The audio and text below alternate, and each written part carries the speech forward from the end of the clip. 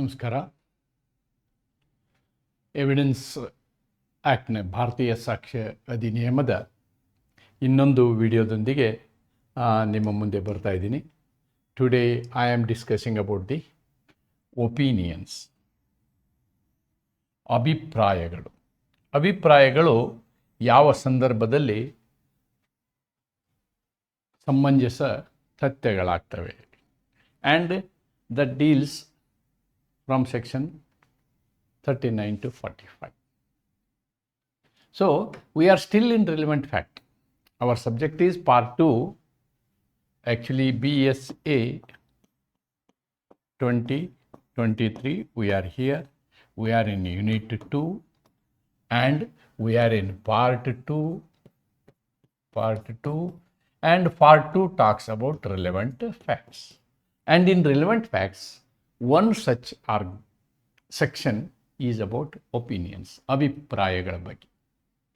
ಯಾವುದೇ ಒಬ್ಬ ವ್ಯಕ್ತಿ ಒಂದು ಅಭಿಪ್ರಾಯವನ್ನು ವ್ಯಕ್ತಪಡಿಸಿದರೆ ಅದನ್ನು ನಾವು ನಮ್ಮ ಪ್ರಕರಣಕ್ಕೆ ಸಂಬಂಧಿಸಿದ ಸಾಕ್ಷ್ಯ ಎಂದು ಪರಿಗಣಿಸಬಹುದೇ ಅಂತಕ್ಕಂಥದ್ದನ್ನು ಈ 39ರಿಂದ 45ನೇ ಕಲಂಗಳಲ್ಲಿ ವಿವರಣೆ ಕೊಡಲಾಗಿದೆ. That we are going to look today. So first of all, you must understand what is meant by opinion. ಅಭಿಪ್ರಾಯ ಅಂದರೆ ಏನು? ಸಾಕ್ಷ್ಯ ಬೇರೆ, ಅಭಿಪ್ರಾಯ ಬೇರೆ, ರೈಟ್? ಆಮೇಲೆ ಅವುಗಳನ್ನು ಈ ಸೆಕ್ಷನ್ನಲ್ಲಿ ನಾವು ಚರ್ಚೆ ಮಾಡ್ತೀವಿ. ಅದಕ್ಕೆ ಸಂಬಂಧಪಟ್ಟಂತಹ 2 ಪ್ರಮುಖ ಪ್ರಕರಣಗಳನ್ನು ನಿಮ್ಮ ಮುಂದೆ ತೆಗೆದುಕೊಂಡು ಬರ್ತೀನಿ ನಾನು. ಮತ್ತು ಕೊನೆಯದಾಗಿ ಈ ಏನು 39ರಿಂದ 45ರಲ್ಲಿ ಇರ್ತಕ್ಕಂತಹ ವ್ಯವಸ್ಥೆಯನ್ನು ನಾವು ಒಂದು ಜನರಲ್ ಫಾರ್ಮಲ್ಲಿ ತರೋದಾದರೆ ಅವು ಯಾವ ರೀತಿ ಇರ್ತವೆ ಅಂತಕ್ಕಂಥದ್ದನ್ನು ಹೇಳ್ತೀವಿ. So this is our objective today, ಇವತ್ತಿನ ಈ ಪಾಠದ ಉದ್ದೇಶ. ಆದ್ದರಿಂದ ನಿಮಗೆ ಒಂದನ್ನು ನಾನು ಇಲ್ಲಿ ನೆನಪಿಸಲಿಕ್ಕೆ ಇಷ್ಟಪಡ್ತೀನಿ.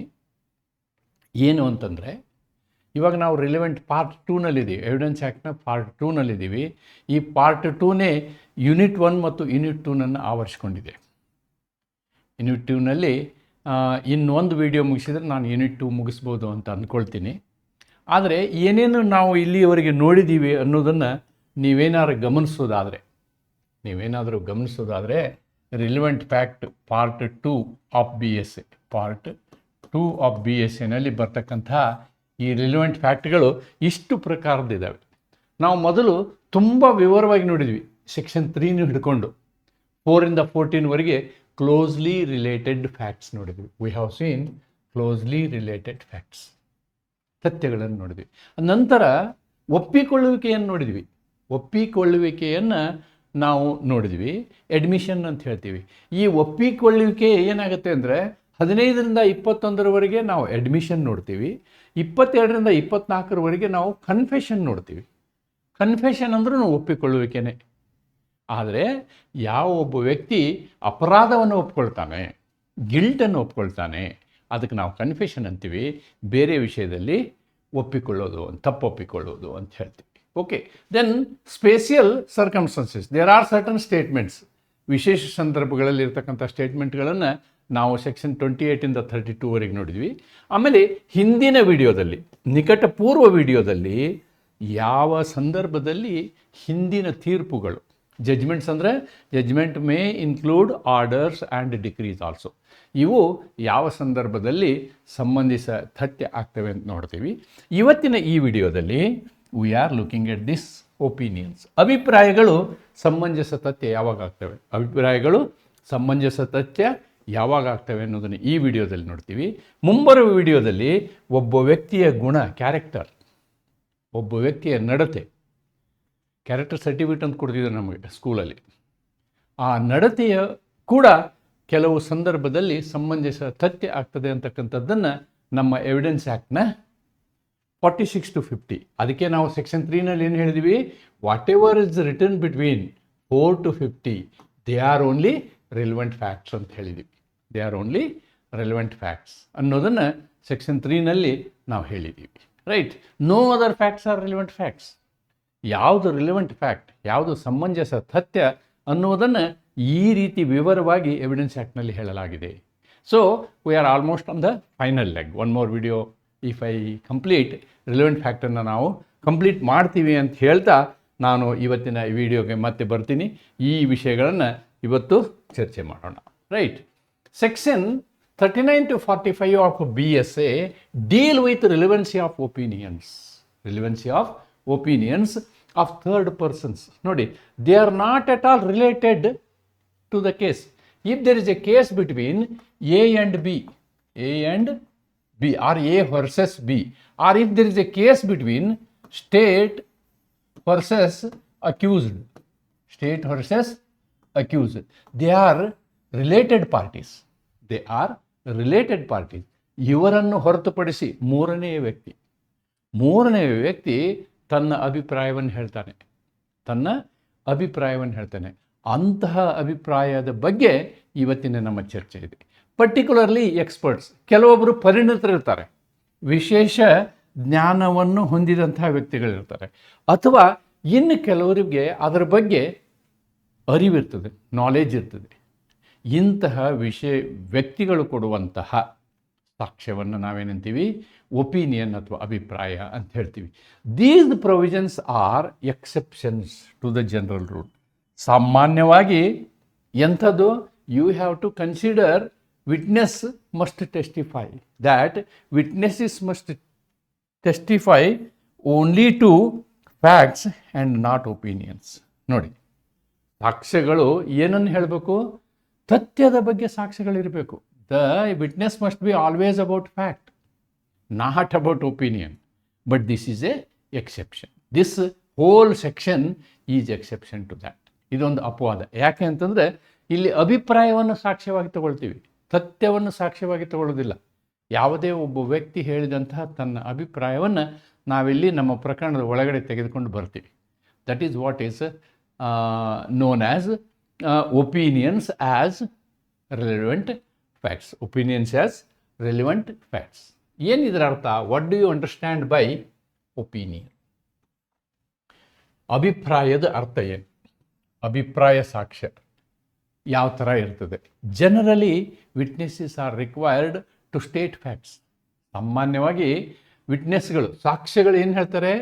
ತಥ್ಯಗಳ ಬಗ್ಗೆ ಮಾತಾಡ್ತಾರೆ. ಕೊಲೆ ನಡೆದಿದೆ, ಇವನೇ ಕೊಲೆ ಮಾಡಿರುವುದು, ನಾನು ನೋಡಿರುವೆನು, ಇದು ಇಂಥವರಿಗೆ ಸಂಬಂಧಪಟ್ಟಂತಹ ಆಸ್ತಿ, ಈ ರೀತಿಯಾಗಿ ಹೇಳುವಂತಹ ಸಾಕ್ಷ್ಯಗಳಿದಾವಲ್ಲ, ಅವುಗಳಿಗೆ ನಾವೇನು ತಥ್ಯಗಳು ಅಂತೀವಿ. The facts may be physical facts, the max may be mental facts and not their personal opinions. ನಾವು ಸಾಕ್ಷ್ಯಗಳನ್ನು ಅವರ ವೈಯಕ್ತಿಕ ಅಭಿಪ್ರಾಯವನ್ನು ಕೇಳೋದಕ್ಕೆ ತೆಗೆದುಕೊಳ್ಳೋದಿಲ್ಲ. However, in certain matters involving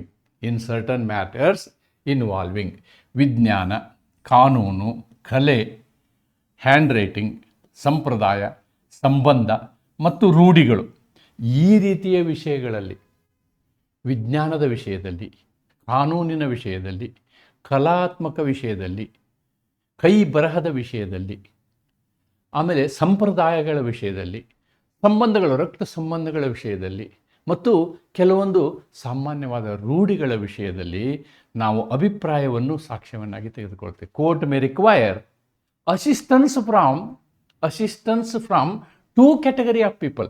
one category is skilled person, he is trained in that. He is, for example, forensic evidence. He is trained in that technology, right? Brain mapping. He is trained in that technology. ಅಥವಾ ಅವನಿಗೆ ವಿಶೇಷವಾದ ಜ್ಞಾನ ಇರಬೇಕು, ಮಾಹಿತಿಯನ್ನು ಇಟ್ಟುಕೊಂಡಂಥವರು. ಈ ಇಬ್ಬರ ವಿಷಯದಲ್ಲಿ ನಾವು ಅಭಿಪ್ರಾಯಗಳನ್ನು, ಸಾಕ್ಷ್ಯಗಳನ್ನು ತೆಗೆದುಕೊಳ್ತೇವೆ. ಅವುಗಳು ಕಲಮು 39ರಿಂದ 45ರವರೆಗೆ ಅವೇನಾಗ್ತವೆ? ರೆಲೆವೆಂಟ್ ಫ್ಯಾಕ್ಟ್ ಆಗ್ತವೆ. ಅಭಿಪ್ರಾಯಗಳು ಕೂಡ ಏನಾಗ್ತವೆ? ಸಮಂಜಸ ತಥ್ಯಗಳಾಗ್ತವೆ ಅಂತಕ್ಕಂಥದ್ದನ್ನು ನಾವಿಲ್ಲಿ ಪರಿಗಣಿಸ್ತೀವಿ. For example, if I go to bare act, you can very well see here that opinions of persons when relevant. ಈ ವ್ಯಕ್ತಿಗಳ ಸಾಕ್ಷ್ಯಗಳು, ವ್ಯಕ್ತಿಗಳ ಅಭಿಪ್ರಾಯಗಳು ಯಾವ ಸಂದರ್ಭದಲ್ಲಿ ಸಾಕ್ಷ್ಯಗಳಾಗ್ತವೆ ಅನ್ನುವ ಹೆಡಿಂಗ್ನಲ್ಲಿ ನಾವು ಸೆಕ್ಷನ್ 39 ಪ್ರಾರಂಭಿಸ್ತೀವಿ. We will start section 39. Section 39 ನಾವು ಪ್ರಾರಂಭ ಮಾಡ್ತೀವಿ. ಸೆಕ್ಷನ್ 39ನಲ್ಲಿ ನಾವೇನು ಬರ್ದೀವಿ? ಎಕ್ಸ್ಪರ್ಟ್ಸ್ ಅಂತ ಬರ್ದಿದ್ದೀವಿ. ಅಭಿಪ್ರಾಯ ಎಂಥವರ ಅಭಿಪ್ರಾಯ?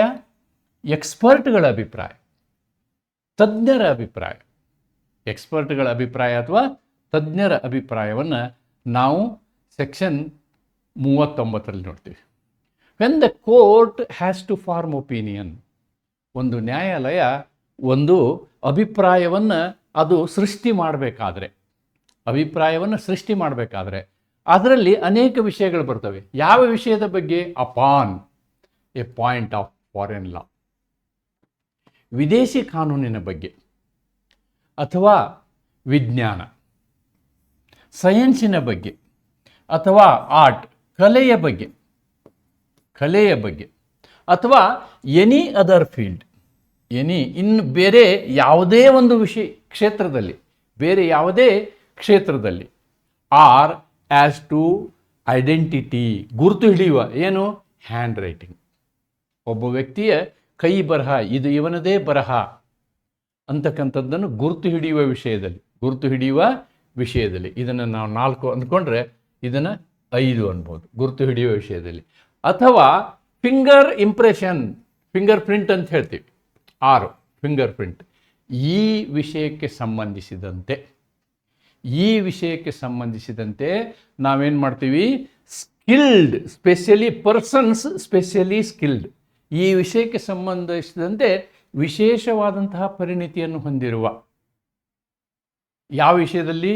Foreign law, science, art, or any other field, or in question, ಇವುಗಳ ಪ್ರಶ್ನೆ ಉದ್ಭವಿಸಿದಾಗ, ಈ ಎಲ್ಲ ವಿಷಯಗಳ ಪ್ರಶ್ನೆ ಉದ್ಭವಿಸಿದಾಗ, as to identify of handwriting or finger impression are relevant facts and such persons are called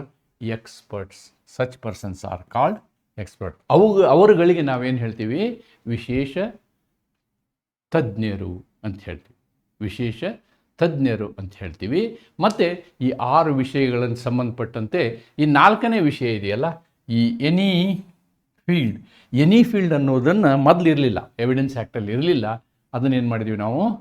BSAನಲ್ಲಿ ಹೊಸದಾಗಿ ಸೇರಿಸಿದ್ದೀವಿ. ಆದರೆ ಯಾವುದು ಎನಿ ಫೀಲ್ಡ್ ಅನ್ನೋದನ್ನು ಹೇಳಿಲ್ಲ. That is not told in the law. ಇನ್ನು ಭಾರತೀಯ ಸಾಕ್ಷ್ಯ ಅಧಿನಿಯಮ್ what is that other period, ಉಳಿದ ಕ್ಷೇತ್ರ ಯಾವುದು ಅನ್ನೋದನ್ನು ಹೇಳಿಲ್ಲ. ಆದರೆ ಮುಂಬರುವ ದಿನಗಳಲ್ಲಿ ಕೋರ್ಟ್ಗಳು ಆ ರೀತಿಯ ಸಂದರ್ಭ ಬಂದಾಗ, ಸಮಸ್ಯೆಗಳು ಬಂದಾಗ ಯಾವ್ಯಾವುದು ಫೀಲ್ಡು ಅನ್ನೋದನ್ನು ಕೋರ್ಟ್ ನಿರ್ಧರಿಸ್ಬೋದು ಅಂಥೇಳಿ ನಾವು ಈ ಸಂದರ್ಭದಲ್ಲಿ ಹೇಳ್ಬೋದು. This is what we can tell. This is section 39. ಈ ಸೆಕ್ಷನ್ 39 ನಾವು ಇದಕ್ಕೆ ಕೆಲವೊಂದು ಇಲಸ್ಟ್ರೇಷನ್ ಕೊಟ್ಟಿದ್ದಾರೆ. There are certain illustrations here. ಆ ಇಲಸ್ಟ್ರೇಷನ್ಗಳನ್ನು ನಾವು ನೋಡೋದಾದರೆ, if we want to see the illustrations, ನಾವು let us see the illustration 1.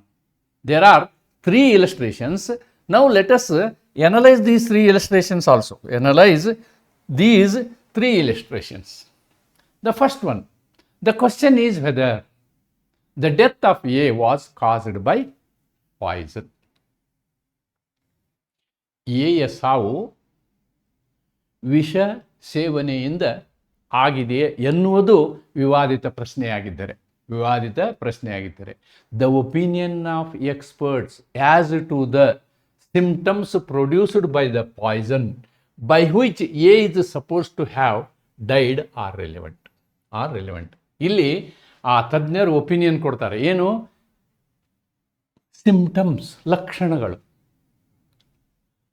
ಲಕ್ಷಣಗಳನ್ನು ನೋಡಿ ಅಲ್ಲಿ ತಜ್ಞರು ಅಭಿಪ್ರಾಯವನ್ನು ಕೊಡ್ತಾರೆ. ಆ ಅಭಿಪ್ರಾಯವನ್ನು ನಾವು ಸಮಂಜಸ, ತಥ್ಯ ಎಂದು ಪರಿಗಣಿಸುತ್ತೇವೆ. ಕೊಟ್ಟಂತಹ ಅಭಿಪ್ರಾಯವನ್ನು ಯಾರು ಕೊಟ್ಟಂತಹದ್ದು? ವಿಶೇಷ ತಂತ್ರಜ್ಞರು, ವಿಶೇಷ ಜ್ಞಾನವನ್ನು ಹೊಂದಿರುವಂತಹ ವ್ಯಕ್ತಿ ಕೊಟ್ಟಂತಹ. Then the second one, the question is whether A at the time of doing certain act was by reason of unsoundness of mind. ಅಂದರೆ this is the action of a person of a unsound mind. ಮಾನಸಿಕವಾಗಿ ಅಸ್ವಸ್ಥನಾಗಿರುವಂತಹ ವ್ಯಕ್ತಿಯು ಮಾಡಿದ ಕೃತ್ಯ, ಯಾವುದೇ ಕೃತ್ಯ ಇದೆಯಲ್ಲ ಆ ಕೃತ್ಯದ ಪ್ರಶ್ನೆ ಉದ್ಭವ ಆದಾಗ, incapable of knowing the nature of act or that was doing what was either wrong or contrary to the law. ಅವನು ಮಾಡುವಂತಹ ಒಂದು ಕ್ರಿಯೆ ಇದೆಯಲ್ಲ ಅದು ಕಾನೂನಿಗೆ ವಿರುದ್ಧವಾಗಿದೆ, ಅದು ಅಪರಾಧವಾಗಿದೆ ಎನ್ನುವ ಪರಿಜ್ಞಾನವಿಲ್ಲದೆ ಎಸಗಿದಂತಹ ಕೃತ್ಯ, ಅದು ಪ್ರಶ್ನೆ ಇದ್ದಾಗ ಅವಾಗೇನು ಮಾಡ್ತೀವಿ, the opinion of experts upon the question whether the symptoms, ಅವನಿಗೆ ಆ ರೀತಿಯಾದಂತಹ ಕಾಯಿಲೆ ಇತ್ತೆ, ಅವನು ಮಾನಸಿಕವಾಗಿ ಅಸ್ವಸ್ಥನಾಗಿರುವನೇ ಎಂಬುದನ್ನು ಪರೀಕ್ಷಿಸಿ ಅಭಿಪ್ರಾಯವನ್ನು ಕೊಡುವಂತಹ ಅಂತಹ ಅಭಿಪ್ರಾಯವನ್ನು ಸಮಂಜಸ ತಥ್ಯ ಎಂದು ನಾವು ಇಲ್ಲಿ ಪರಿಗಣಿಸ್ತೇವೆ. The last this one, the question is whether a certain document was written by A.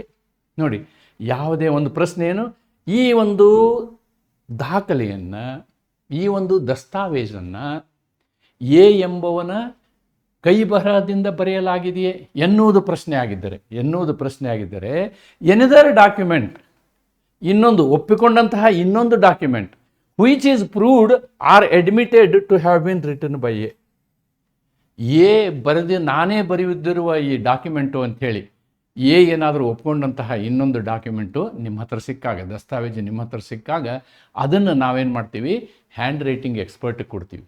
ಅವನು ಆ ಹ್ಯಾಂಡ್ ರೈಟಿಂಗು, ಆ ಒಂದು ಕೈ ಬರಹ ಇಲ್ಲಿರ್ತಕ್ಕಂತಹ ಈ ದಸ್ತಾವೇಜಿಗೆ ಇರುವಂತಹ ಕೈ ಬರಹಕ್ಕೆ ಸಮನಾಗಿದೆಯೇ, ಅಂತಹ ಅವನದೇ ಕೈ ಬರಹವೇ ಎಂಬುದನ್ನು ಕೊಡುವಂತಹ ಅಭಿಪ್ರಾಯ ಇದೆಯಲ್ಲ, this is exactly covered under section 39 of the Indian Evidence Act. So, based on this I have prepared the notes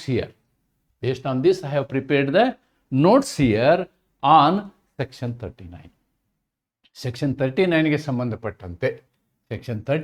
ಸಂಬಂಧಪಟ್ಟಂತೆ ವಿಶೇಷ ತಜ್ಞರ, ಪರಿಣತರ ತಜ್ಞರ ಅಭಿಪ್ರಾಯಗಳು ಈ ವಿಷಯದ ಮೇಲೆ foreign law, science, art, any other field, identity, ಇಲ್ಲಿವರೆಗೆ ಕಂಪ್ಲೀಟ್ ಮಾಡಿದ್ದೀನಿ ನಾನು. So this was not covered. Electronic evidence. For that in 39 there is subsection 2. In 39 there is subsection 2 that you have to see. In subsection 2 you have to see this. Electronic evidence ಬಗ್ಗೆ subsection 2. This is section 39 subsection 2. Section 39 subsection 2.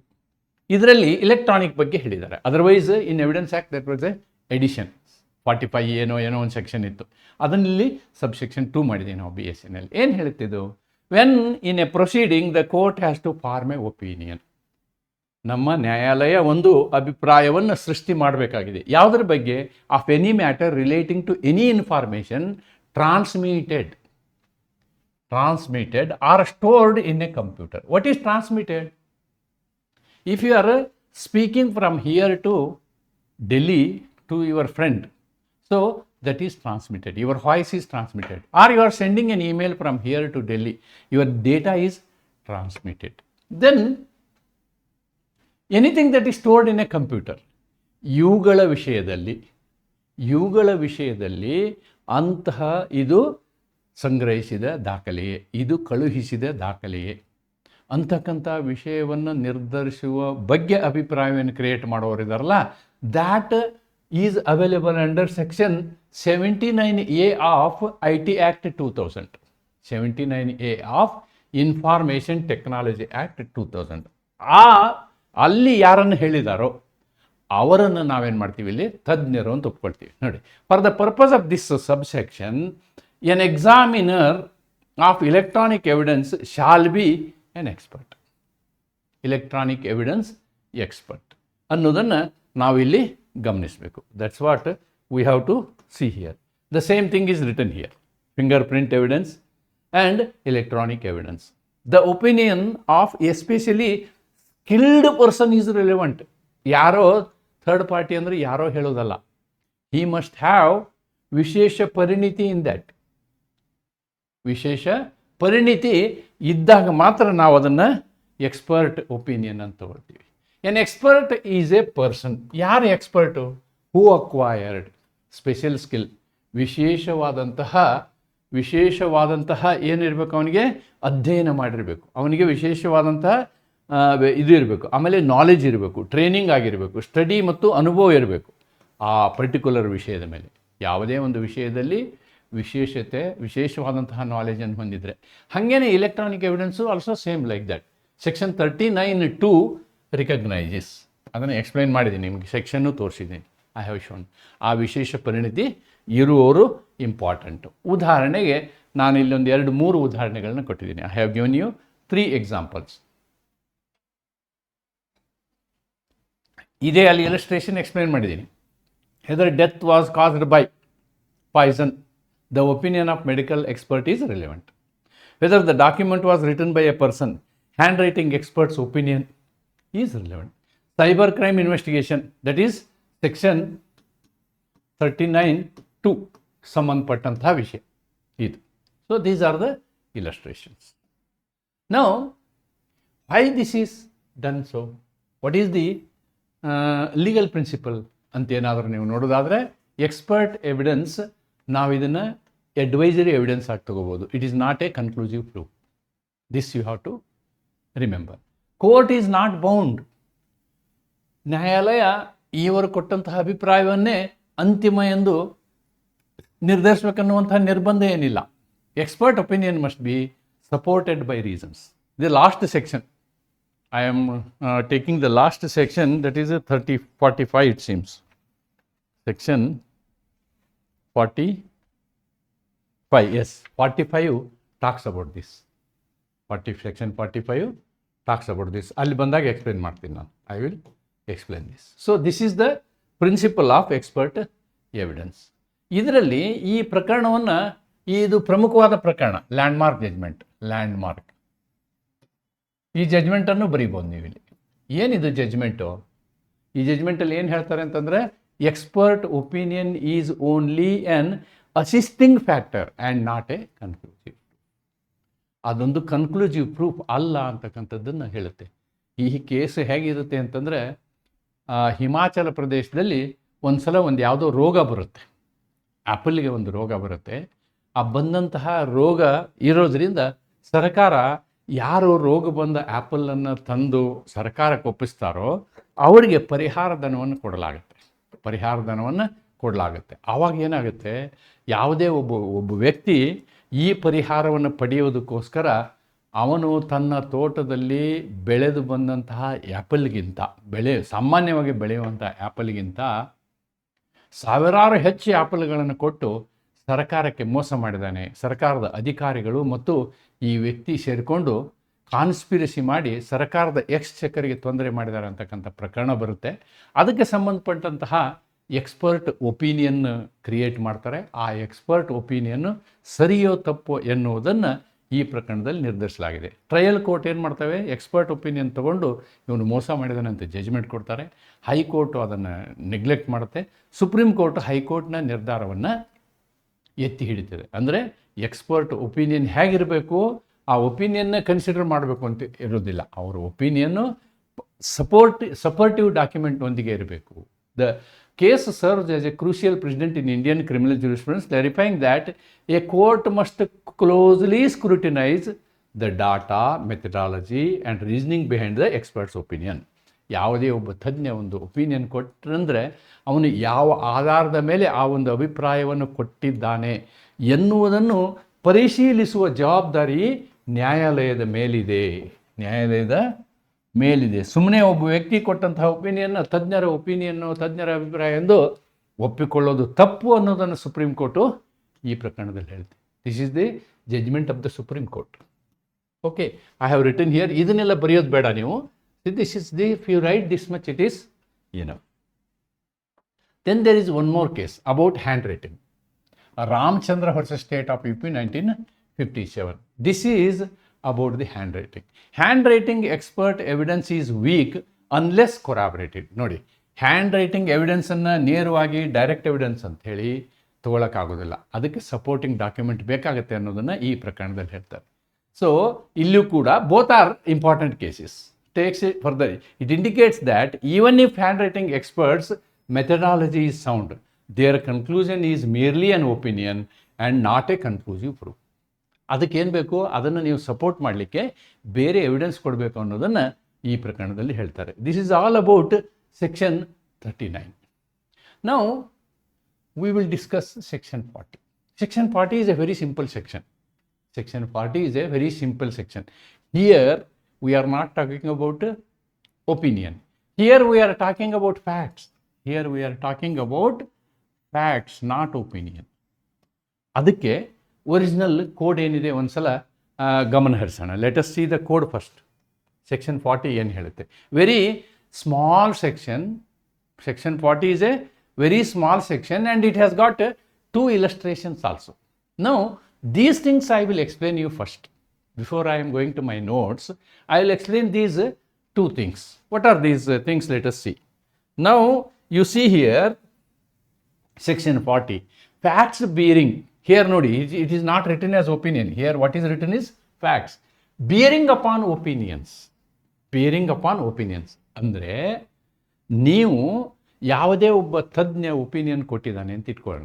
ಯಾವುದೇ opinion, ಅಭಿಪ್ರಾಯ, ಇದು 39ರಲ್ಲಿ ಬಂದಿದ್ದಿರ್ಬೋದು, 41ರಲ್ಲಿ ಅಭಿಪ್ರಾಯಗಳು ಬರುತ್ತೆ, 41ರಲ್ಲಿ ಬರುತ್ತೆ, 39ರಲ್ಲಿ ಆಗಲಿ ಅಥವಾ 41ರಲ್ಲಿ ಆಗಲಿ ಇರುವಂತಹ ಅಭಿಪ್ರಾಯಗಳಿಗೆ ಅವುಗಳನ್ನು ಸಪೋರ್ಟ್ ಮಾಡುವಂತಹ ತಥ್ಯಗಳನ್ನು ಕೊಡ್ಬೋದು. ನೀವು ಅವುಗಳನ್ನು ಸಪೋರ್ಟ್ ಮಾಡುವಂತಹ ತಥ್ಯಗಳನ್ನು ಕೊಡ್ಬೋದು, ಅಥವಾ ಅವು ಸುಳ್ಳು ಅನ್ನುವಂಥ ತಥ್ಯಗಳನ್ನು ಕೊಡ್ಬೋದು. ಅದನ್ನು ಕೋರ್ಟ್ ಒಪ್ಕೊಳ್ಳುತ್ತೆ ಅಂಥೇಳಿ ಸೆಕ್ಷನ್ 40 ಹೇಳುತ್ತೆ. Section 40 is like a note to section 39. ಏನು? Facts not otherwise relevant are relevant if they support. If they support, ಅದು ನಿಮ್ಮ ತಜ್ಞರ ಅಭಿಪ್ರಾಯವನ್ನಾಗಲಿ ಅಥವಾ ಯಾವುದೇ ಅಭಿಪ್ರಾಯವನ್ನಾಗಲಿ ಅದನ್ನು ಸಪೋರ್ಟ್ ಮಾಡುವ, ಅಂದರೆ ಆ ಒಂದು ಅಭಿಪ್ರಾಯವನ್ನು ಸರಿ ಎಂದು ಹೇಳುವ, ಅಥವಾ ಕೊಟ್ಟಂತಹ ಅಭಿಪ್ರಾಯ ಸರಿಯಾಗಿಲ್ಲ ಎಂದು ಹೇಳುವ ತಥ್ಯಗಳನ್ನು ನೀವು ಕೊಡ್ಬೋದು. Are inconsistent. ಯಾವುದ್ರ ಜೊತೆಗೆ? With the opinion of experts. ಆ ಎಕ್ಸ್ಪರ್ಟ್ ಕೊಟ್ಟಂತಹ ಒಪಿನಿಯನ್ಗೆ. Okay, sorry, it is pertaining to section 39 only, not 41. Please excuse me. Expert opinions of experts ಅಂತ ಬರೆದಿರೋದ್ರಿಂದ it applies only to section 39. Therefore ಅಂತಹ ವಿಷಯವನ್ನು when such opinions are relevant, ಒಮ್ಮೆ ಈ opinion relevant ಅಂತ ನೀವು ಒಪ್ಕೊಂಡ ಮೇಲೆ ಅದಕ್ಕೆ ಸಂಬಂಧಿಸಿದ ತಥ್ಯಗಳನ್ನು ಕೊರಾಬರೇಟಿವ್ evidence which may support or negative evidence which may oppose the opinion, ಎರಡನ್ನೂ ನಾವು ತೆಗೆದುಕೊಳ್ಬೋದು. ಅದಕ್ಕೆ 2 ಇಲಸ್ಟ್ರೇಷನ್ ಕೊಟ್ಟಿದ್ದಾರೆ. There are 2 illustrations. The question is whether A was poisoned by a certain poison. ನೋಡಿ, ಎ ಒಂದು ಪರ್ಟಿಕ್ಯುಲರ್ ಪಾಯ್ಸನ್ನಿಂದ TIC-20 ತೊಗೊಂಡಿದ್ದಾನೆ ಅಂತ ಇಟ್ಕೊಟ್ಟು. ನಮ್ಮ ಕಾಲದಲ್ಲಿ ನಾವು ಚಿಕ್ಕವರಿದ್ದಾಗ ಬಹಳಷ್ಟು ಜನ ಸುಸೈಡ್ ಮಾಡ್ಕೊಳ್ಳೋಕೆ TIC-20 ಅಂತಲೇ ಯೂಸ್ ಮಾಡ್ತಿದ್ರು. ಓಕೆ, ಅದು ತಿಗಣೆ ಎಣ್ಣೆ, ಅದು TIC-20. ಆಮೇಲೆ ತಕ್ಷಣ ಸತ್ತು ಹೋಗ್ಬಿಡೋರು. The question is whether A was poisoned by a certain poison. Okay, the fact that other persons who were poisoned by that poison. ನೋಡಿ, ಅದೇ ತೆರನಾದಂತಹ ಔಷಧವನ್ನು ತೆಗೆದುಕೊಂಡು ಅಂತಹ ಇನ್ನೊಬ್ಬ ವ್ಯಕ್ತಿಗಳ ವಿಷಯದಲ್ಲಿರ್ತಕ್ಕಂಥ ತಥ್ಯ ಏನಾಗ್ತದೆ? So exhibited certain symptoms. ಇಲ್ಲಿ ಇನ್ನೊಬ್ಬ ಅದೇ ತೆರನಾದಂತಹ TIC-20ನೇ ತೊಗೊಂಡಿದ್ದ ಅಂತ ಇಟ್ಕೊಳ್ಳಿ. ಆ TIC-20 ತೊಗೊಂಡಂತಹ ವ್ಯಕ್ತಿಯ ಬಾಯಲ್ಲಿ ಬುರುಗು ಬರೋದಾಗಲಿ ಅಥವಾ ಅವನು ಚೀರಾಡೋದಾಗಲಿ ಇರ್ತಕ್ಕಂತಹ ತಥ್ಯಗಳು, ಅವುಗಳನ್ನು ಈ ಅಭಿಪ್ರಾಯದ ಜೊತೆಗೆ ಜೋಡಿಸ್ಬೋದು ನಾವು. Exhibited which experts affirm or deny to be the symptoms of the poison are relevant. ನೋಡಿ, ಇಲ್ಲಿ ಬೇರೆ ಸಂದರ್ಭದಲ್ಲಿ ನಡೆದಂತಹ ಅಂತಹದೇ ವಿಷಯದ ತಥ್ಯವನ್ನು ನೀವು ಇಲ್ಲಿ ತೊಗೊಂಡು ಬರ್ಬೋದು. ನೋಡಿ ಸ್ವಾಮಿ, ಅವನು TIC-20 ಕುಡಿದಿದ್ದ, ಅವನು ಸಾಯಲಿಲ್ಲ. ನಿಮ್ಮ ತಜ್ಞರ ಅಭಿಪ್ರಾಯ ಏನಿದೆ? TIC-20 ಕುಡ್ದ, ಆದರೆ ಸತ್ತಿದ್ದಾನೆ ಅಂತ ಹೇಳ್ತೀರಾ ಅಂತ ಹೇಳ್ಬೋದು. ಅಥವಾ ಹಿಂದಿನ ಪ್ರಸಂಗಗಳಲ್ಲಿಯೂ ಹಳೆಯ ಪ್ರಕರಣಗಳಲ್ಲಿಯೂ ಯಾವ ವ್ಯಕ್ತಿ T20 ತೊಗೊಂಡಿದ್ನೋ ಅವನು ಸತ್ತು ಹೋಗಿದ್ದಾನೆ ಅನ್ನುವಂತಹ ತಥ್ಯವನ್ನು ಕೊಟ್ಟರೆ ನೀವೇನಾಗುತ್ತೆ T20 ತೊಗೊಂಡಿದ್ದರಿಂದ ಇವನು ಸತ್ತಿರೋದು ಸರಿ, ಆ್ಯಕ್ಚುಲಿ ಇಟ್ ಸಪೋರ್ಟ್ಸ್. ಅಥವಾ ಸತ್ತಿಲ್ಲ ಅಂತ ನೀವು ಪ್ಲೀಡ್ ಮಾಡಿದರೆ it opposes. That's what is written in section 40. ಎರಡನೇ ಇದನ್ನು ಹಾಗೆ ಇದೆ. The question is whether the obstruction to a harbor is caused by certain sea wall. The fact that other harbors similarly situated in other respects, but where there were no such sea wall, began to be obstructed at about the same time is relevant. ನೋಡಿ, ಒಂದು C wall ಇರುವಂತಹ ಸಂದರ್ಭದಲ್ಲಿ ಏನು ಒಂದು ಶಿಪ್ಗೆ ತೊಂದರೆ ಆಗಿದೆಯೋ, ಇನ್ನು ಕೆಲವು ಕಡೆ ಸಿ ವಾಲ್ ಇರಲಾರ್ದಂತಹ ಸಂದರ್ಭದಲ್ಲಿ ಬೇರೆ ಕಡೆ ಅದೇ ಸಮಯದಲ್ಲಿ ಅದೇ ರೀತಿಯ ತೊಂದರೆ ಆಗಿದೆಯಾ ಅನ್ನುವಂಥದ್ದು. ಅಲ್ಲಿ ಅದೇ ರೀತಿ ತೊಂದರೆ ಆಗಿದ್ದರೆ ಇಲ್ಲಿ ಈ ಫ್ಯಾಕ್ಟನ್ನು ಅದೇನು ಮಾಡ್ತದೆ, ಇನ್ಕನ್ಸಿಸ್ಟೆಂಟ್ ಹೇಳ್ತದೆ. ಅಥವಾ ಅಲ್ಲಿ ಏನು ಆಗದೇ ಇದ್ದರೆ ಇದು ಕನ್ಸಿಸ್ಟೆಂಟ್ ಅಂತ ಹೇಳ್ತದೆ. ಈ ರೀತಿಯಾದಂತಹ ಸಿಚುವೇಶನ್ನ ಇದು ಎಕ್ಸ್ಪ್ಲೇನ್ ಮಾಡ್ತದೆ. So this is about section 40. Section 40, let us go to my notes about Section 40. Facts supporting or inconsistent with expert opinion. ಈ ತಜ್ಞರ ಅಭಿಪ್ರಾಯವನ್ನು ಪ್ರೋತ್ಸಾಹಿಸುವ ಅಥವಾ ಅಲ್ಲಗಳೆಯುವ ತಥ್ಯಗಳಿದ್ದರೆ ಅವು ಕೂಡ ರಿಲೆವೆಂಟ್ ಆಗ್ತವೆ. That's the concept. Same thing is other illustration ಇಲ್ಲಿ ಬಂದಿದೆ. Doctor says poison caused death, symptoms seen in the deceased become relevant. ಅವನು ಸಾಯುವಾಗ ಇದ್ದಂತಹ ಲಕ್ಷಣಗಳು ರಿಲೆವೆಂಟ್ ಆಗ್ತವೆ. ಯಾಕೆಂದರೆ ಇನ್ನೊಂದು ಯಾವುದೇ ಪ್ರಕರಣದಲ್ಲಿ ಅದೇ ರೀತಿ ಲಕ್ಷಣಗಳು ಕಂಡಿರಬೇಕು. ಅಂಥ ಸಂದರ್ಭದಲ್ಲಿ it becomes relevant, right? So what is the principle of this? The court must examine two things. Number 1 opinion, number 2 facts on which it is based. ನೋಡಿ, ಅದಕ್ಕೆ ಸಂಬಂಧಪಟ್ಟಂತಹ ತಥ್ಯಗಳನ್ನು ನಾವು ನೋಡಬಹುದು ಅಂತಕ್ಕಂಥದ್ದು ಸೆಕ್ಷನ್ 40 ಅರ್ಥ. ನಾವು we'll see section 41. What section 41 talks about? Section 41 ಏನು ಹೇಳುತ್ತೆ? ಕಲಮು 41 ಏನು ಹೇಳುತ್ತೆ? Opinions as to handwriting and signature when relevant. ನೋಡಿ, here we are talking about handwriting and signature, but not handwriting expert. This is not expert opinion. ನೆನ್ಪಿಟ್ಕೊಳ್ಳಿ. Let us not get confused with section 39. Section 39 is talking about experts. Okay, here it is not talking about experts. ಆ ಡಿಫರೆನ್ಸನ್ನು first ನಾವು ಮನಸ್ಸಿನಲ್ಲಿ ಇಟ್ಕೊಬೇಕು.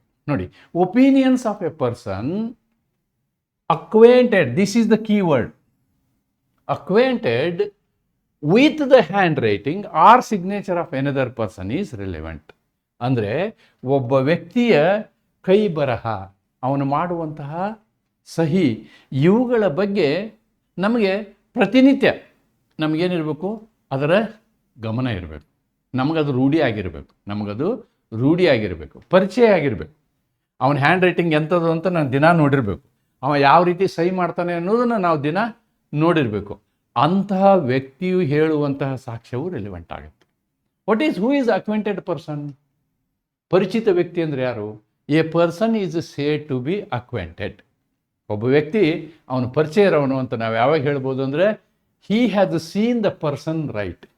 ಆ ವ್ಯಕ್ತಿ ಬರೆಯುವುದನ್ನು ನೋಡಿರ್ಬೇಕು. ಅವನು received documents from him. ಆಮೇಲೆ ರುಟೀನ್ ಆಗಿ ಆ ವ್ಯಕ್ತಿ ಕಡೆಯಿಂದ ಇವನಿಗೆ ದಾಖಲೆಗಳು ಬರ್ತಾ ಇರಬೇಕು, ಅಥವಾ ಅವುಗಳ ಜೊತೆ ವ್ಯವಹಾರವನ್ನು ಮಾಡ್ತಾರೆ. Delt with such writings regularly, ಅವುಗಳ ಒಂದಿಗೆ ವ್ಯವಹಾರವನ್ನು ಮಾಡ್ತಾ ಇರಬೇಕು. ಅಂತಹ ಸಂದರ್ಭದಲ್ಲಿ ನಾವು ಏನಂತೀವಿ? ಅಕ್ವೆಂಟೆಡ್ ಪರ್ಸನ್ ಅಂತ ಹೇಳ್ತೀವಿ. Acquainted person, right? ಸೊ ಈ ಅಕ್ವೆಂಟೆಡ್ ಪರ್ಸನ್ನ ನೀವು ಸೆಕ್ಷನ್ ಇಲ್ಲಿ ನೋಡ್ಬೋದು. You can see it in section 41. Section 39 ಒಂದು ಸಲ ನೋಡ್ಕೊಂಬರೋಣ. Let us see 39 and then will 39 opinion of experts. Therefore, now we will go to 41. 41 is slightly different. 41. Opinion as to handwriting and signature when relevant. When the court has to form an opinion as to the person by whom any document was written or signed, the opinion of any person acquainted with the handwriting of the person by whom it is supposed to be written or signed that it was or was not written or signed by that person is a relevant fact. Is a relevant fact. Here an explanation is given. What is the explanation? The explanation is a person is said to be acquainted with the handwriting of another person when he has seen the person, when he has received documents are written by that person in answer to documents written by himself and addressed to that person, or when in the ordinary course of business the documents purporting to be written by person have been habitually submitted to him. ನೋಡಿ, ಪತ್ರ ವ್ಯವಹಾರ ನಡೀತಾ ಇದ್ದರೆ ನಿಮ್ಗೆ document ಗೊತ್ತಿರ್ತದೆ, ಅಥವಾ ಒಂದು office ಇರುತ್ತೆ, ರೆಗ್ಯುಲರ್ ಆಗಿ ವ್ಯವಹಾರ ಮಾಡ್ತಾ ಇದ್ದರೆ ಆ ವ್ಯಕ್ತಿ ಹ್ಯಾಂಡ್ ರೈಟಿಂಗ್ ಗೊತ್ತಿರುತ್ತೆ. Those are the things. ಅದಕ್ಕೆ ಸಂಬಂಧಪಟ್ಟಂತಹ ಒಂದು ಇಲಸ್ಟ್ರೇಷನ್ನು ಇಲ್ಲಿದೆ. There is a illustration. The question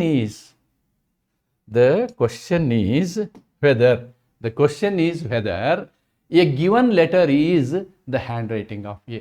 ನೋಡಿ, ಒಂದು ಕೊಟ್ಟಂತಹ ಪತ್ರ ಅದು ಎಯ ಕೈ ಬರಹವೇ ಅಂತಾದರೆ, ಎ ಮರ್ಚೆಂಟ್ ಇನ್ ಇಟಾನಗರ್, ಇವನಲ್ಲಿದ್ದಾನೆ, ಇಟಾನಗರ್ಲಿದ್ದಾನೆ. B is a merchant in Bengaluru, who has written letters address to A and received letters purporting to be written by him. ನೋಡಿ, ಅವನು ಎಗೂ ಲೆಟರ್ ಬರಿತಾ ಇರ್ತಾನೆ, ಅವನಿಗೂ ಲೆಟರ್ ಬರ್ತಾ ಇರ್ತದೆ. ಆವಾಗ that is relevant. That is one fact. This is one incident. This is one incident. ಇನ್ನೊಂದು incident ಕೊಡ್ತಾರೆ ಇಲ್ಲಿ. ಏನು? C is B's clerk. This is second incident. From here this is second incident. ಏನು? C is B's clerk whose duty was to examine the file of B's correspondence. ನೋಡಿ, ಸಿಗೆ B clerk ಆಗಿರ್ತಾನೆ, ದಿನಾ ಫೈಲ್ಗಳು ನೋಡ್ತಾ ಇರ್ತಾನೆ. Therefore that clerk if clerk gives A evidence, that is clerk's opinion becomes a relevant fact. So this is second case. Then D is B's broker. So ಇದು ಮೂರನೇ example. This is third example. ಏನು? ಇವನು ಬಿಗೆ ದಲಾಲಿ ಆಗಿರ್ತಾನೆ. To whom habitually submitted the letters purporting to written by A. ಅವನು ದಲಾಲ್ ಆಗಿರೋದಂದ್ರೆ ಅವ್ನಿಗೆ ದಿನ ಲೆಟರ್ಗಳು ಬರೆಯೋದು ಅದು ಇದು ಅವನಿಗೆ ಕೊಡ್ತಾ ಇರ್ತಾರೆ. Therefore B C D on the question whether the letter is the handwriting of A are relevant. ಆದ್ದರಿಂದ ಬಿ ಸಿ ಡಿ ಹೇಳುವಂಥ, ಓಕೆ, ಈ ಬಿ ವ್ಯಾಪಾರ ಮಾಡುವಂಥ ವ್ಯಕ್ತಿ ಬೆಂಗಳೂರಿನಾಗಿರೋನು, C is a clerk, D is a broker. ಇವರೆಲ್ಲರ ಹೇಳಿಕೆಗಳು ಕೂಡ ಏನಾಗ್ತವೆ, ಅವರ ಅಭಿಪ್ರಾಯ ಬಿಕಮ್ಸ್ ಎ ರೆಲೆವೆಂಟ್. ಇಲ್ಲಿ ನೋಡಿ, ಇಲ್ಲೇನಾಗಿದೆ ಅಂತಂದರೆ, ಇವರು ಅವನು ನೋಡಿರ್ಬೋದು ಅಥವಾ ನೋಡಿರ್ಲಿಕ್ಕಿಲ್ಲ. That is the condition. Then it has got subclass 2. When the court has to form an opinion as to the electronic signature. ಒಂದು ವೇಳೆ ಎಲೆಕ್ಟ್ರಾನಿಕ್ ಸಿಗ್ನೇಚರ್ ವಿಷಯ ಬಂದಾಗ, the opinion of certifying authority which has issued the electronic signature is a relevant fact. ಇಲ್ಲಿ electronic signature certificate issue ಮಾಡಿರ್ತಾರಲ್ಲ, ಅವರು ಕೊಟ್ಟಂತಹ ಅಭಿಪ್ರಾಯ ಏನಾಗ್ತದೆ, ಫೈನಲ್ ಆಗ್ತದೆ ಅಂತಕ್ಕಂಥದ್ದನ್ನು ನಾವು ಇದರಲ್ಲಿ ನೋಡ್ತೀವಿ. This is what is the concept. Right? Section 41, acquaintance ಬಗ್ಗೆ. So here I have made the difference table ಮಾಡಿದ್ದೀನಿ. ನೋಡಿ, ಸೆಕ್ಷನ್ 39ನಲ್ಲಿ ಏನು ಬರುತ್ತೆ, 39ನಲ್ಲಿ is ಎಕ್ಸ್ಪರ್ಟ್ ಒಪಿನಿಯನ್, 41ನಲ್ಲಿ ಏನು ಬರುತ್ತೆ, ಫ್ಯಾಮಿಲಿಯರ್ ಪರ್ಸನ್ಸ್ ಒಪಿನಿಯನ್. ಇಲ್ಲಿ ಏನಾಗಿರ್ತಾನೆ, ಇವನಿಗೆ ವಿಶೇಷ ಜ್ಞಾನ ಇರುತ್ತೆ, ಸ್ಪೆಷಲಿಸ್ಟ್ ಇರ್ತಾನೆ. ಇಲ್ಲಿ he is A ordinary person. Here this has got more value, evidence value. ಇದಕ್ಕೆ ವೇಟೇಜ್ ಜಾಸ್ತಿ, ಇದಕ್ಕೆ ವೇಟೇಜ್ ಕಮ್ಮಿ, ಇದಕ್ಕೆ ವೇಟೇಜ್ ಏನು, ಲೆಸ್ಸರ್ ಎವಿಡೆನ್ಷರಿ ವ್ಯಾಲ್ಯೂ. ಸೊ ಅವನು ಬೇರೆ ದುರುದ್ದೇಶ ಇಟ್ಕೊಂಡು ಹೇಳ್ಬೋದು, ಅದಕ್ಕೆ ಮತ್ತೆ ಕೊರಾಬರೇಟರ್ ಎವಿಡೆನ್ಸ್ ಬೇಕಾಗುತ್ತೆ, ಇದಕ್ಕೆ ಬೇಕಾಗಲ್ಲ. That is what is the, ಇದಕ್ಕೂ ಬೇಕಾಗುತ್ತೆ, but it has got more value than this. Corroboratory evidence ಎರಡಕ್ಕೂ ಬೇಕಾಗ್ತದೆ. So then will talk about section 42. Section 42 is about general custom or right. ಸಾಮಾನ್ಯವಾಗಿರತಕ್ಕಂತಹ ಏನು ಆಚರಣೆಗಳು, ಸಂಪ್ರದಾಯಗಳು ಅಂತ ಹೇಳ್ತೀವಲ್ಲ ನಾವು, ಸಂಪ್ರದಾಯಗಳು ಅಥವಾ ಹಕ್ಕುಗಳು, ಇವುಗಳೇ opinions of persons likely to know about the customs or religions are relevant. ಯಾವ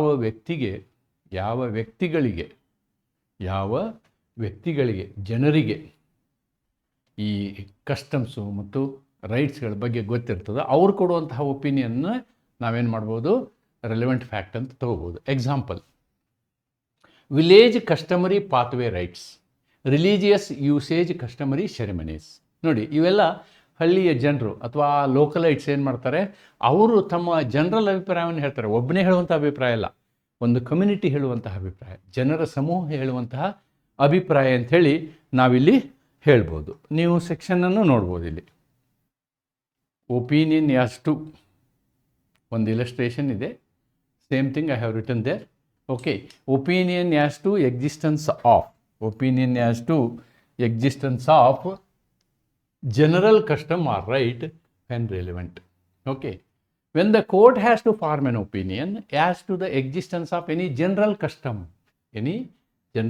or right, the opinions as to the existence of such custom of persons who would be likely to know its existence.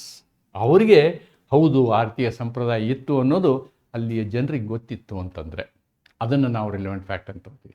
The expression general custom or right includes customs or rights common to any considerable class of person. ಒಮ್ಮೆ ನಾವು custom ಅಂಥೇಳಿ ಈ ವಿಷಯದಲ್ಲಿ ತಗೊಳ್ಳೋದಾದರೆ ಅಲ್ಲಿ ಸುಮಾರು ಜನರ ಸಮೂಹ ಅದನ್ನು ಆ ರೀತಿಯಾದಂತಹ ಒಂದು ರೂಢಿಯನ್ನು ಬಳಸ್ತಿತ್ತು ಅನ್ನೋದಿದ್ದರೆ ಸಾಕು. The right of a villagers of a particular village to use the water of a particular well. ನೋಡಿ, ಆ ಹಳ್ಳಿಯ ಜನರು, ಕೆಲವು ಜನರು ಯಾವುದೇ ಒಂದು ಬಾವಿಯಲ್ಲಿ ಯಾವಾಗಲೂ ನೀರು ಕುಡಿಯೋದಕ್ಕೆ ತೆಗೆದುಕೊಂಡು ಹೋಗ್ತಿದ್ರು ಅಂತಕ್ಕಂಥ ಒಂದು ಅಭಿಪ್ರಾಯವನ್ನು ಹೇಳಿದರೆ it becomes a relevant fact ಅನ್ನೋದು ಇದರ ಅರ್ಥ. It's a very simple concept. Section 42, right. Then principle, custom ಬಗ್ಗೆ ಹೇಳಿದ್ದೀನಿ ನಾನು. It's only talking about the customs. But ಇದಕ್ಕಿಂತನೂ ನೀವು ಅಲ್ಲಿ ಕೊಟ್ಟಂತಹ ಎಕ್ಸ್ಪ್ಲನೇಷನ್ ಇದೆಯಲ್ಲ, ದಟ್ ಈಸ್ ವೆರಿ ಇಂಪಾರ್ಟೆಂಟ್. ಇದು ಇರಲೇಬೇಕಂತೇನಿಲ್ಲ. Even if certain population, this is important, certain population is following a custom,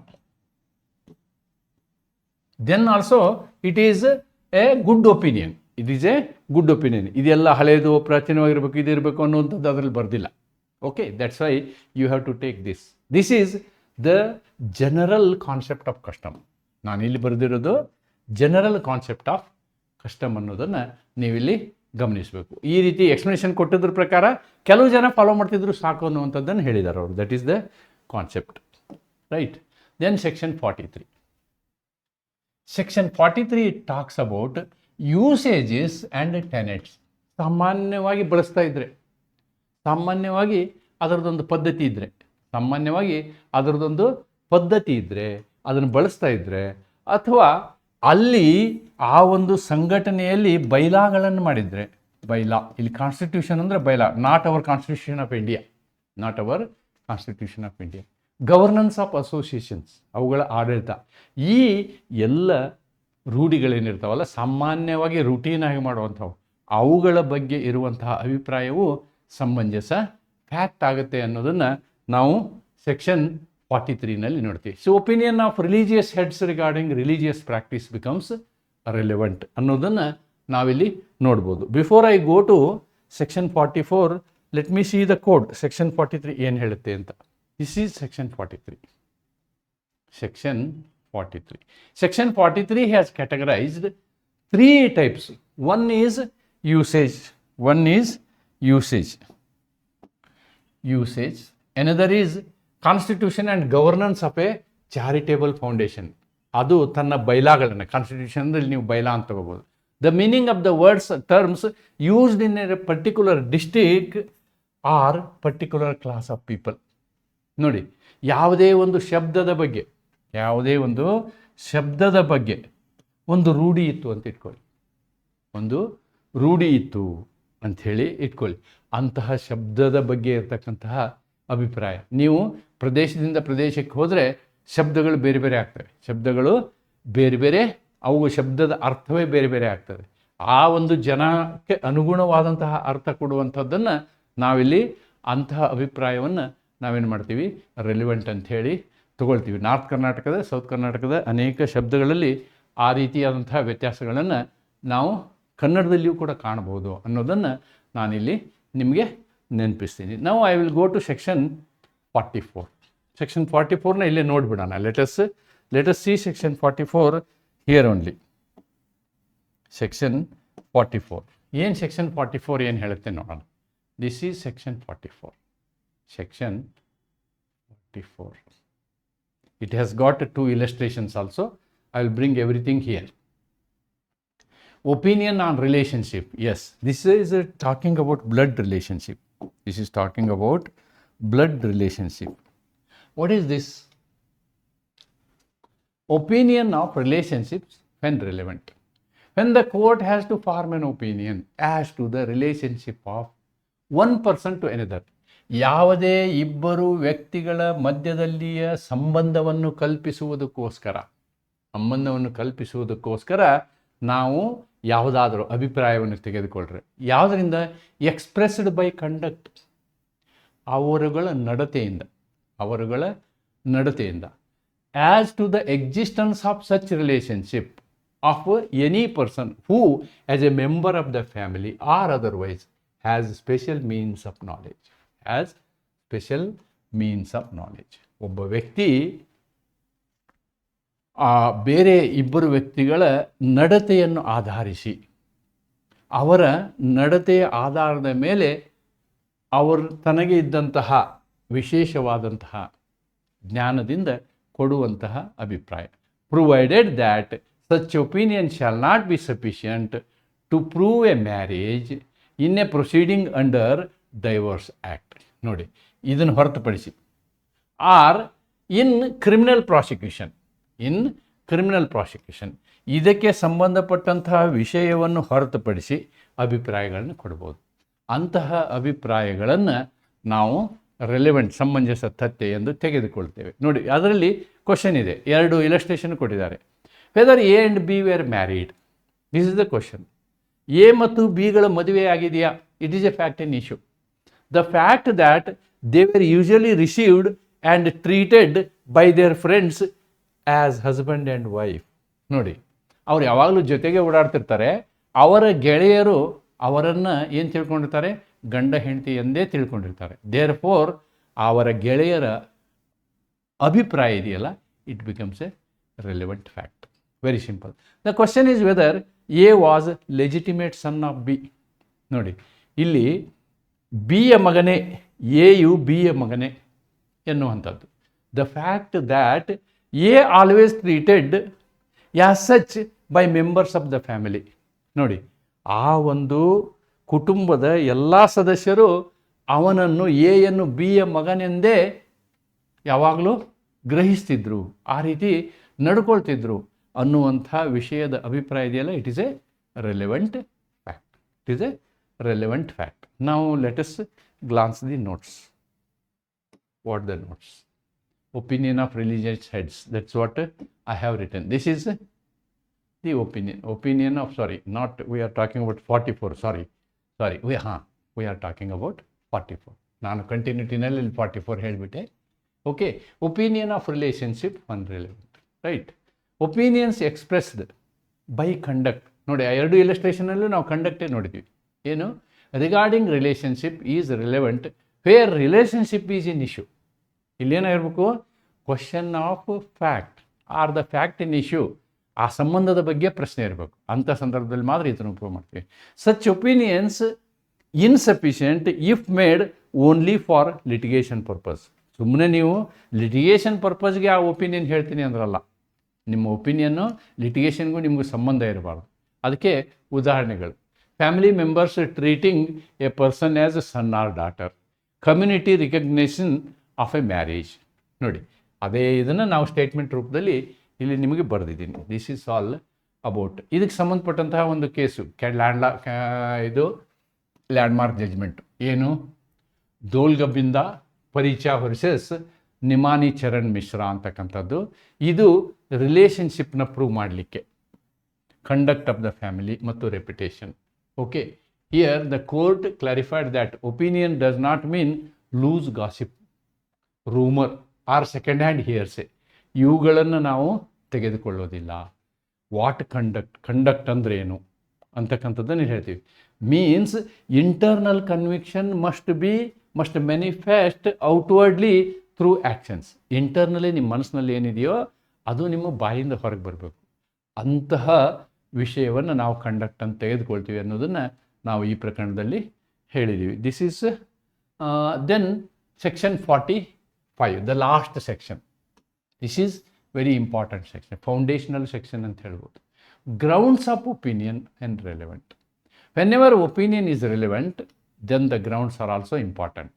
ಯಾವುದೇ ಸಂದರ್ಭದಲ್ಲಿ ಒಂದು ಅಭಿಪ್ರಾಯವನ್ನು ನಾವು ರಿಲಿವೆಂಟ್ ಅಂತ ತೆಗೆದುಕೊಂಡಾಗ, ಯಾವುದೇ ಸಂದರ್ಭದಲ್ಲಿ ಒಂದು ಅಭಿಪ್ರಾಯವನ್ನು ನಾವು ರಿಲಿವೆಂಟ್ ಅಂತ ತೆಗೆದುಕೊಂಡಾಗ, C grounds of when ever the opinion of any living person is relevant, the grounds on which such opinion is based also is relevant.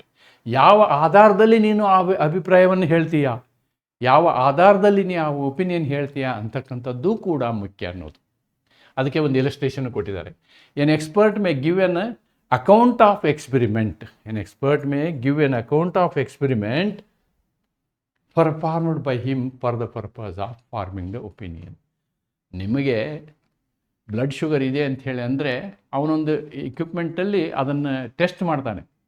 ಆ ಟೆಸ್ಟ್ ಮಾಡಿದ ಇಕ್ವಿಪ್ಮೆಂಟ್ ಇದೆಯಲ್ಲ ಅದು ಕೂಡ important.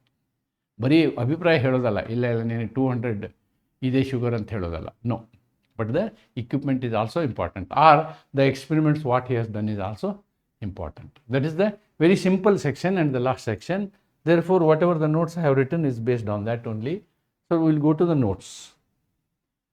Whenever opinion is relevant, the grounds on which such opinion is based. So, grounds also become relevant fact. Grounds also become, ಯಾವಾಗ ಅಭಿಪ್ರಾಯ ಸಂಬಂಧಿತವಾಗುತ್ತದೆಯೋ ಆ ಅಭಿಪ್ರಾಯದ ಆಧಾರಗಳೂ ಕೂಡ ಸಂಬಂಧಿತವಾಗುತ್ತವೆ. An expert may explain experiments conducted. Expert opinion ಕೊಟ್ಟವನು ಕೋರ್ಟಿನ ಮುಂದೆ ಬಂದು ಹೇಳಬೇಕು, ನಾನು ಯಾವ್ಯಾವ ಪ್ರಯೋಗಗಳನ್ನ ಮಾಡಿ ಈ ಒಂದು ಒಪಿನಿಯನ್ಗೆ ಬಂದಿದ್ದೀನಿ ಅಂತಕ್ಕಂಥದ್ದನ್ನು ಅವನು ಹೇಳಬೇಕಾಗ್ತದೆ. Right.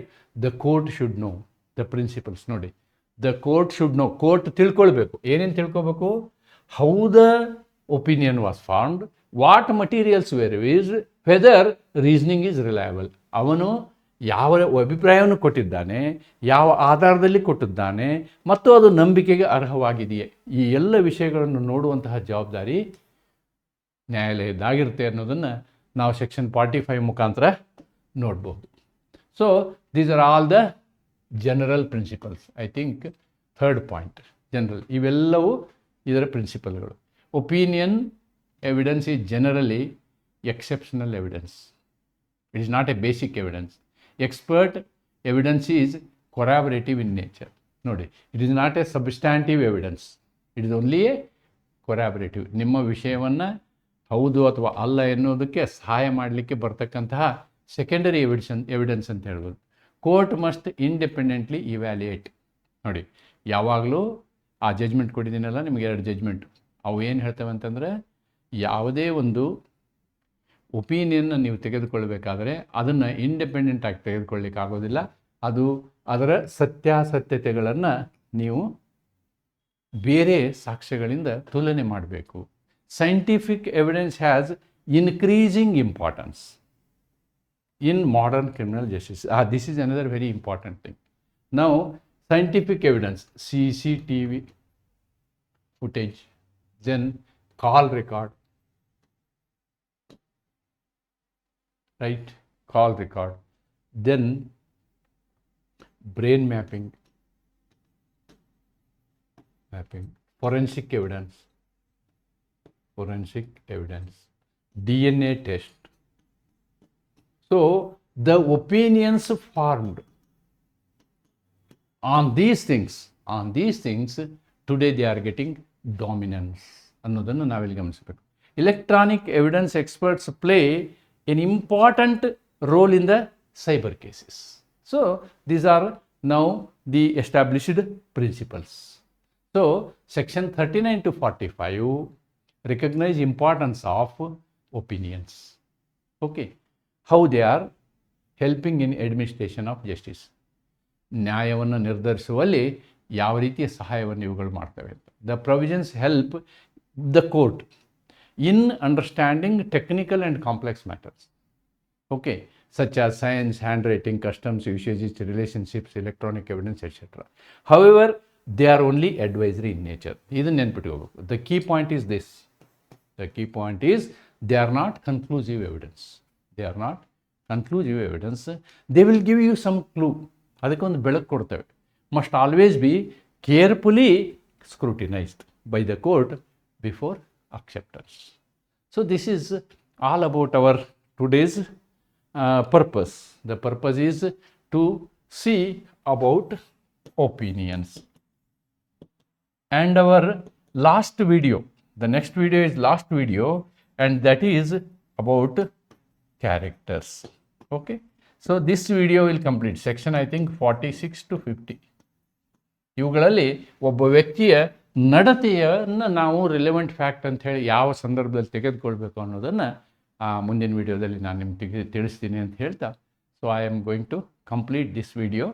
My request, whenever you are saying my video, ನನ್ನ ವಿಡಿಯೋನ ನೀವು ನೋಡಿದಾಗ ದಯವಿಟ್ಟು ನಿಮಗೆ ನನ್ನ ರಿಕ್ವೆಸ್ಟ್ ಏನು ಅಂತಂದರೆ, ನಿಮ್ಮ ಅಭಿಪ್ರಾಯಗಳನ್ನು ಕಮೆಂಟ್ ಬಾಕ್ಸಲ್ಲಿ ಬರೀರಿ, ಅಥವಾ ನನಗೆ ಈ ನಂಬರಲ್ಲಿ ಮೆಸೇಜ್ ಮಾಡಿ. You can send message on this number also.